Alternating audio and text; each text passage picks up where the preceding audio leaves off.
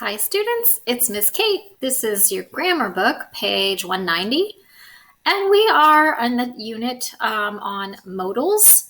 And now we're going to talk about modals to use to express advice. So first we're going to talk about using the modal should and the two-word modal ought to. So listen to how I pronounce ought to in a sentence. My clothes are dirty. I ought to wash them.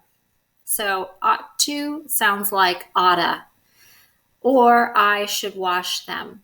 Now should and oughta, ought to, oughta, are they have the same exact meaning. So it doesn't matter which one you choose. So just make sure you remember when you're using modals to talk about the present or the future, you use the modal and then a base verb. Okay, don't add to. Don't add ing. Now, if you want to change it to negative, such as this, you need your sleep. You should not stay up late. You shouldn't stay up late. Okay, so if you want to make it negative, you can use the word not or make a contraction out of should and not, shouldn't. Now, ought to does have a negative form, but it's super rare to hear anyone use it, ought not to. So I would just recommend using should not. Letter E, I'm going to be late for the bus. What should I do? Run.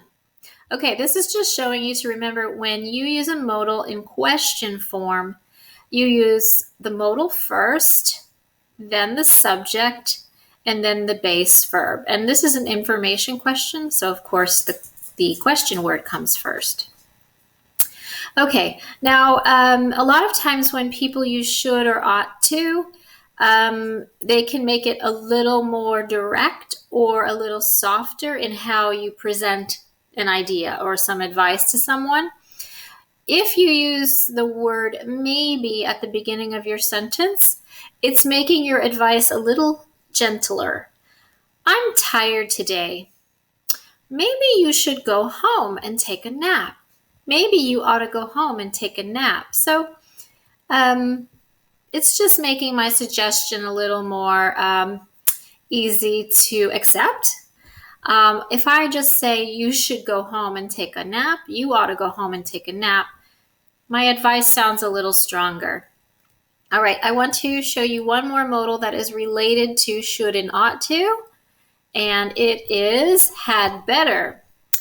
So listen to the difference. My clothes are dirty. I should wash them.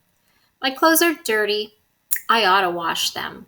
My clothes are dirty. I had better wash them.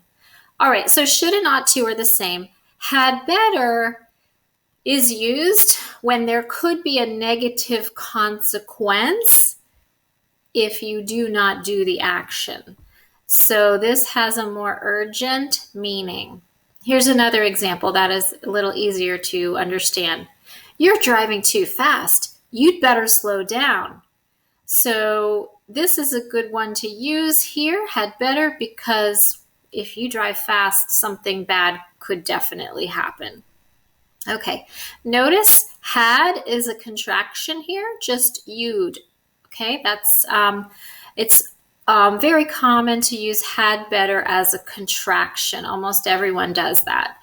Now, if you want to make it negative, had better, you're going to have to use the word not. There is no negative contraction. You'd better not eat that meat. It looks spoiled.